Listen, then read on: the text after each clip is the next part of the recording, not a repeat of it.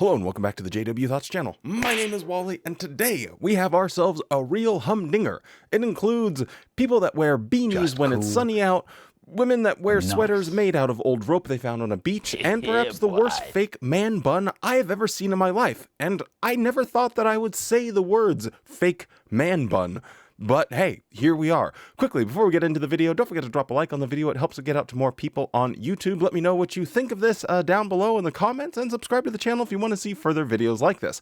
With all of that being said, let's do this.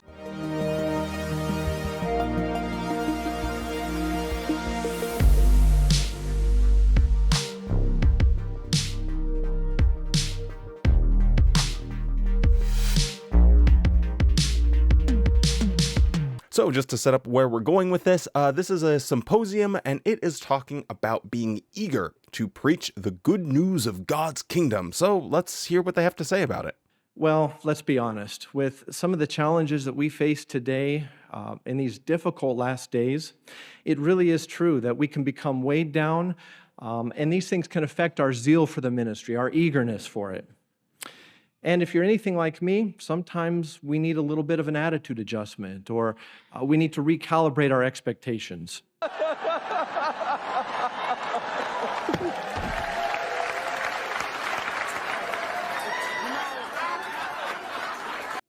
Well, that's what this symposium is designed to help us with. In the first talk, we'll talk a little bit about our personal responsibility to preach and how that affects our eagerness, where we come to appreciate that the angels assist us by leading us to those who want to hear.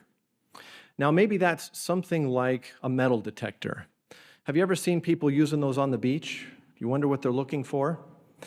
Well, some years ago, a Florida man uncovered a 385-year-old gold chalice valued at over $1 million with a metal detector. Well, there's one thing about metal detectors, though. They don't work if you're not out searching with them. So we have to be out on the beach, so to speak, either in the ministry or prepared to preach at any opportunity. Only then can the angels point us to where we need to start digging. If you are doing the same thing over and over again, and you're not getting any results, and it becomes tiresome, because let's be honest, if you make a cake and you follow the exact same recipe and it always turns out dry and disgusting, would you say, man, I just need an attitude adjustment, and keep following that exact same recipe for years, for decades, for your entire life? You would be an absolute psycho. But that is what preaching is like for Jehovah's Witnesses. They say the same things. They use the same scriptures. They have the same approaches. Nothing changes when it comes to their ministry. And yet they put the blame on the people. Even when he says here, you know, what you really need to do is have an attitude adjustment. Have Watchtower slap you upside the head, and then maybe you'll learn to be more eager in the preaching work. It's the recipe. That is the problem. It makes no sense, especially because they take it to another level by saying the angels are there.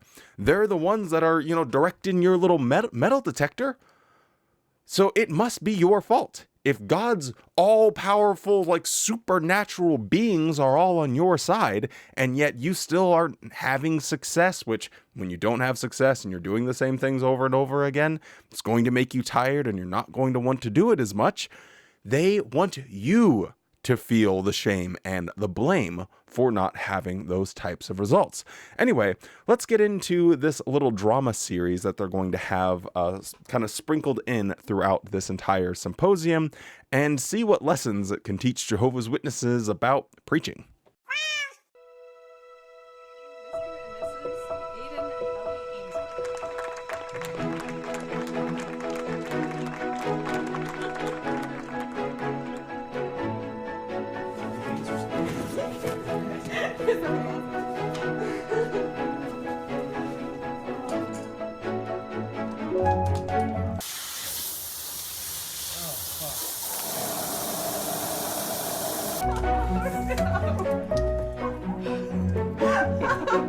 What are we doing?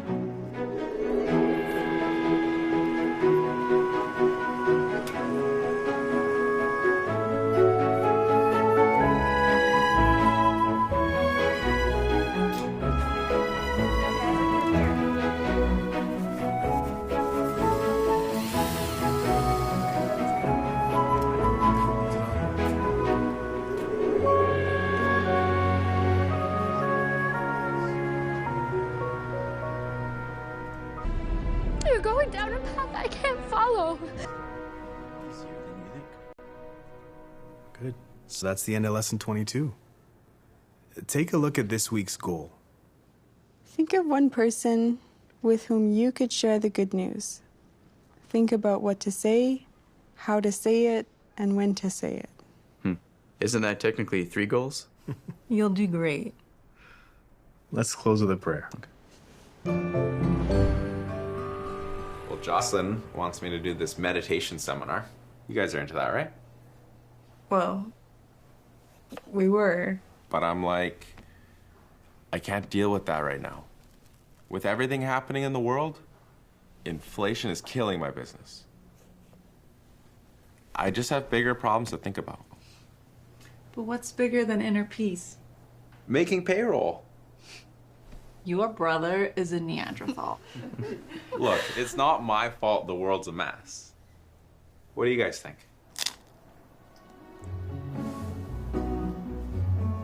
So? So this is something I talked about in my last podcast episode. If you want to hear me pontificate about the subject a little bit more, you can check that out. But Watchtower doesn't teach people good communication skills. And this is a decent example. It's not a great one, but it's a decent one. So what does Watchtower train you to do? To ignore the fact that other people might have opinions or that they might go off script. So even when they're sitting there, just kind of jokingly, he's like, isn't that 3 goals? And she's like, oh, you'll do fine. Let's conclude with a prayer. Just steer it right back to going on script. And he could have said literally anything whatsoever. He could have raised a question about what they were talking about. He could have said, I want to be like the ancients and grab some flint and circumcise myself to get closer to God. And they would have said, you'll do just fine. Let's conclude with a prayer. That is how Jehovah's Witnesses learn to communicate. They have to be in control of the conversation or they shut down. Now, look how this plays itself out.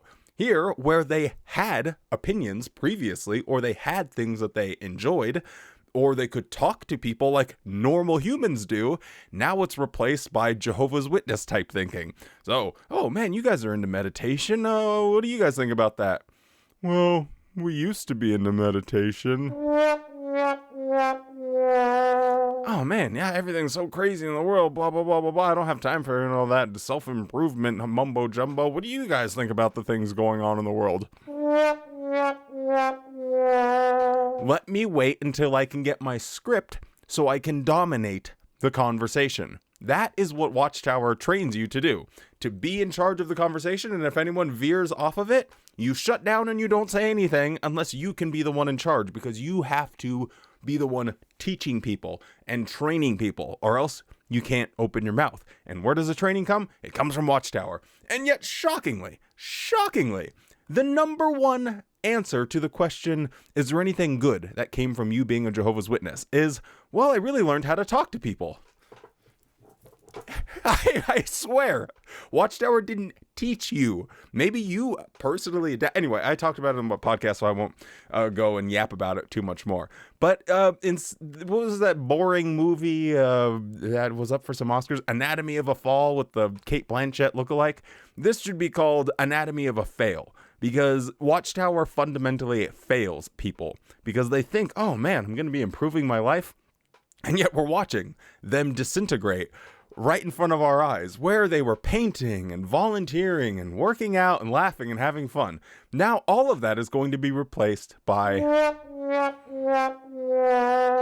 What did you say? We totally froze. It's a big step to share what you've learned. It's just for us.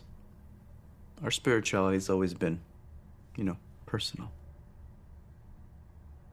We've never liked the idea of pushing our beliefs on others. I know we're not pushing, but... We used to feel the same way. I didn't think I could ever preach. I didn't even like the word preach. How did you get over it? Well, the more we studied, the more we came to realize that when Jesus said, go and make disciples, he was talking to us. It's the work that Jesus gave each one of us, personally. Sometimes, it feels like it's too much for us. Well, it is too much. for just us. But do you remember what Jesus promised next? I am with you. Exactly. And he knew that sometimes it would be hard. But we have some very powerful help. Here's some homework. Take a look at Revelation chapter 14 and verse 6. And I saw another angel flying amid heaven, and he had everlasting good news to declare to those who dwell on the earth. And this is a neat point in the research guide. It says that God's angels do not preach directly to people. I'm so glad Blake got us to do this homework. I didn't realize mid-heaven means overhead.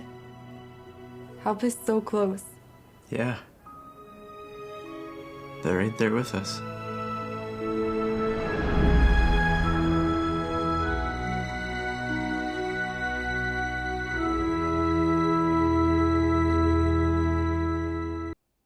This falls flat on its face, considering people do get hurt when preaching. People have been assaulted, people have been kidnapped, people have been killed, people have been TOS words, but it rhymes with grape, that I can't say on YouTube, because while they were out preaching.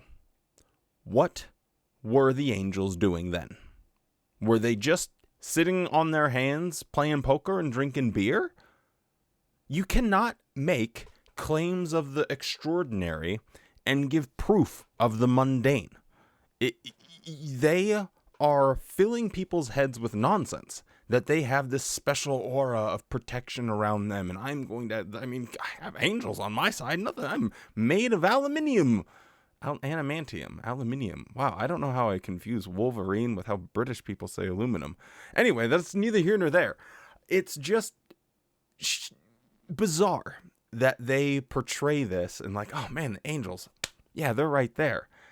And yet there's no evidence of that. And because of the hubris people have in thinking that they are Wolverine or Deadpool and they can just regenerate any wounds that they get because they can't be touched, they might get themselves into trouble. They could get hurt. Something very serious could happen to them because of talking in this way. And it just annoys me to no end.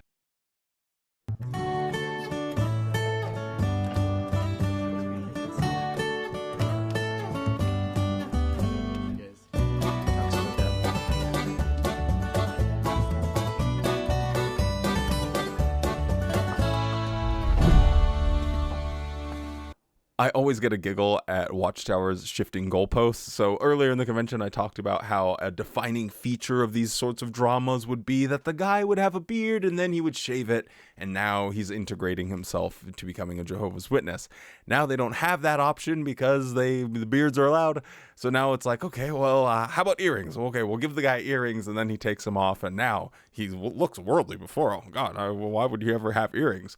But then when that's allowed, it's just going to look really stupid. And as I pointed out in the previous time I talked about it, they look really stupid for having, explicitly have videos showing people, oh man, and now I'm clean shaven and going in the ministry. Well, all of that was for nothing, apparently, because it was never biblical in the first place.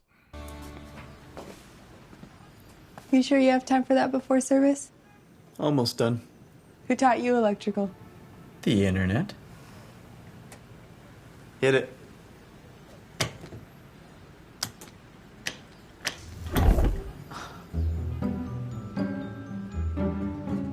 I wonder why they want Jehovah's Witnesses to think that only bad things happen when you learn stuff on the internet. Ooh, scary internet, it might teach you a thing or two. No, that's not where you find real knowledge from.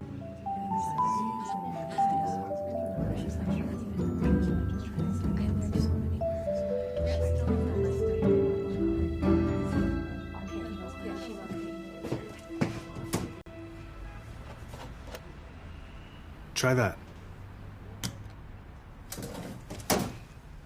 Let there be light. Amazing. Sorry about today. I know we haven't been out much lately. It's just our schedule. We work all week, plus meetings and family worship. And on the weekends, these house projects just kind of take over. You've got a lot on your plate. But we know that ministry is important.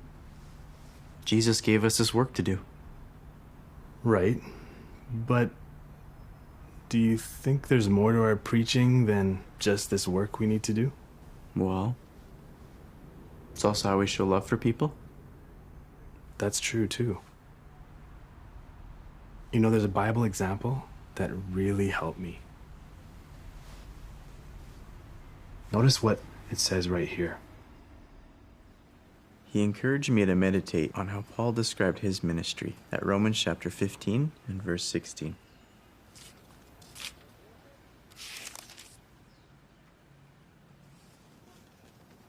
I am engaging in the holy work of the good news of God.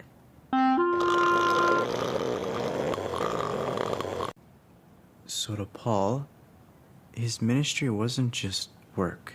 It was the holy work of the good news. Exactly. His ministry wasn't something Paul did in addition to his worship. It was a part of his worship. It was one of the ways he showed how much he really loved Jehovah. I like that.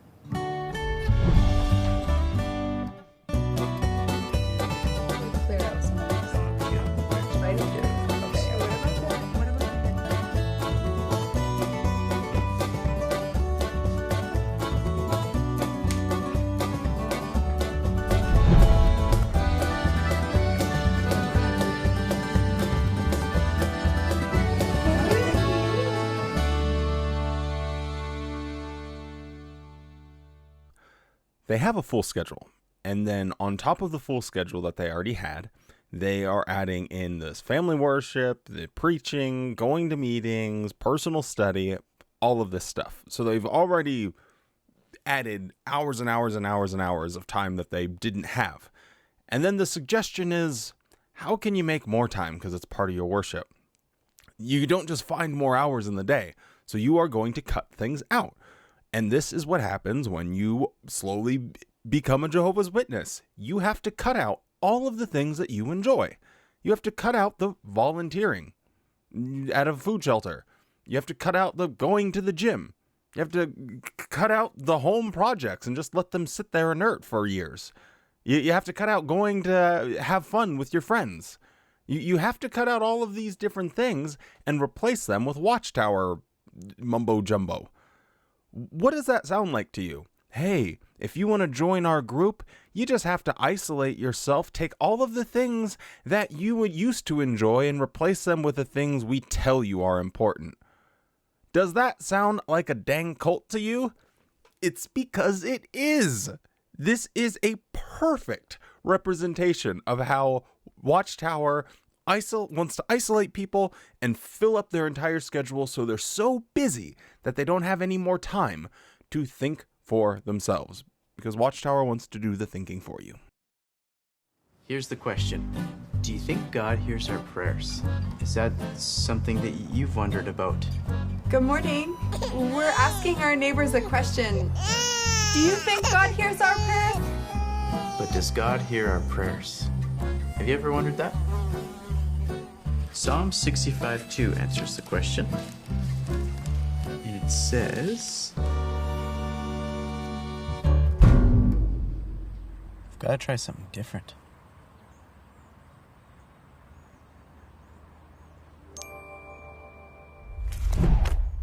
A person will be more likely to listen to our message if he senses that we care about him.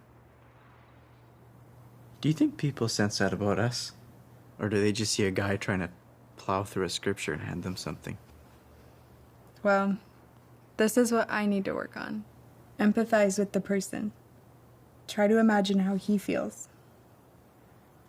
When I'm nervous, I'm thinking more about how I feel, not how they feel. Me too. I like this part. Be helpful. Acts of kindness can open the door to a conversation. So, it's not so much what we say, but finding a way to show who we are. Maybe we can try that this weekend.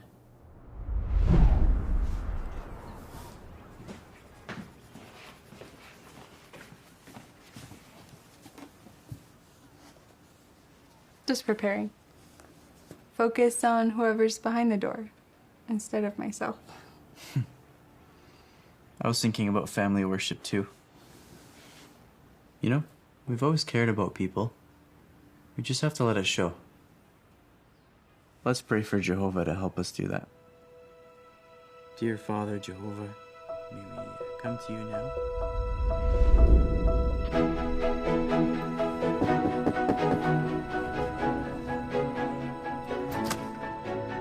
Good morning. Oh, I see you got your hands full. Yeah, hot water heater. I feel your pain. Ours broke last month. We'll let you get back to it. Thank you. Last week, the roof next to furnace. Our fixer-upper's full of surprises too. My name's Aiden. This is my wife, Ellie. I'm Russ. Nice to meet you, Russ. About the hot water heater, I found some videos online that saved me hours. I can pull them up. It's okay, I think I've got this. But thank you. So, what's this all about anyways? Well, we live nearby, and we've been volunteering to share something that's really helped us as a family.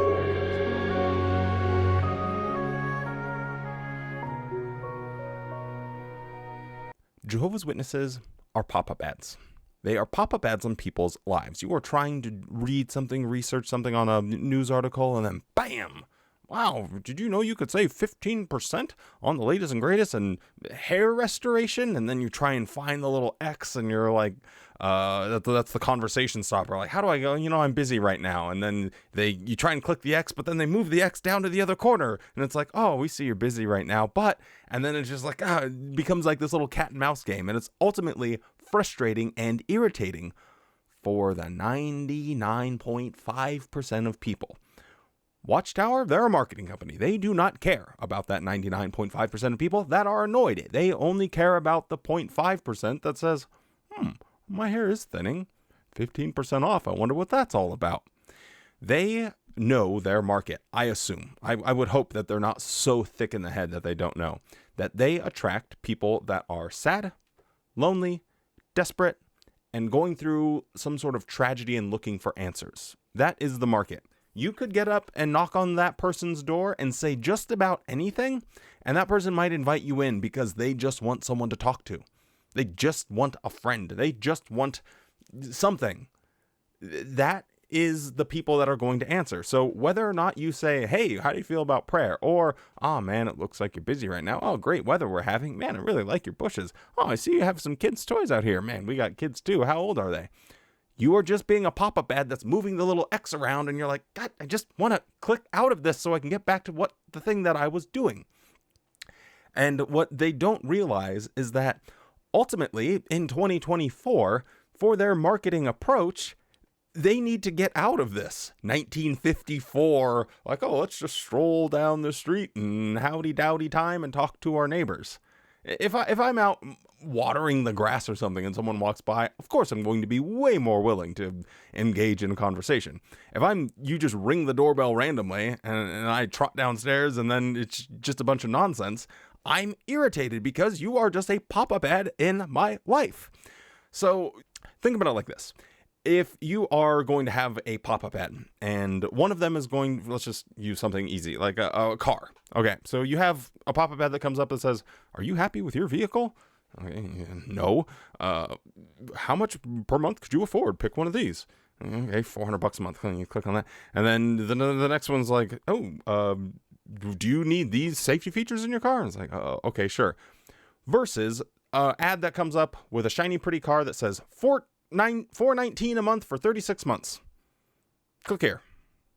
Which ad do you think is going to be more effective? The one that gets to the point? Because people have brains that work and they see that $419 a month and they fill in the gaps. They say, not happy with my car, kind of looking for something, could afford $419 a month.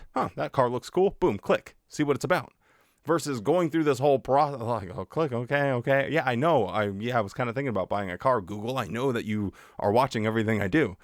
It is just annoying. And I don't know if I would hope that they understand how marketing actually works, because they just need to get it to more people so they can find those desperate and lonely people, because that is where you're going to actually see any type of success in the ministry. Sorry about this long-winded rant, but it irritates me because when I was a witness, I did the test of like, okay, well, what if I try Watchtower's approach of the bygone era of just chit-chatting with people and having a good old boy howdy time? And it wasn't any more effective than going up to someone and saying, hi, I'm a Bible teacher and we're offering free home Bible studies. Is that something you would ever be interested in? There was no difference between the two approaches. It didn't matter what you said. It mattered who you came across. You have to find the right consumer for the product that you're offering. Because they don't do targeted marketing, they're just knocking on random people's door. It's a numbers game. So knock on as many doors as you possibly can. So anyway, that is my long-winded rant about why it is just stupid the way that Jehovah's Witnesses carry out their preaching work. Because at the end of the day, they're not there to have a conversation. They are there to convert you because they think you are going to die at Armageddon. So you can have all of the talking about plumbing all you want. At the end of the day, they want one thing, and that is for you to become a Jehovah's Witness. So you may as well do it in the most efficient way possible, right? And with all of that long-winded ranting after saying I would stop my long-winded rant and then I just would keep talking classic Wally style, we're gonna end the video there because that is the end of their little play. Yeah, hope you guys enjoyed this. If you're still around, don't forget to drop a like on the video and comment down below what you thought. With all that being said, stay safe, be kind, and show yourself the same kindness that you show to others, and I hope you have a good ass day.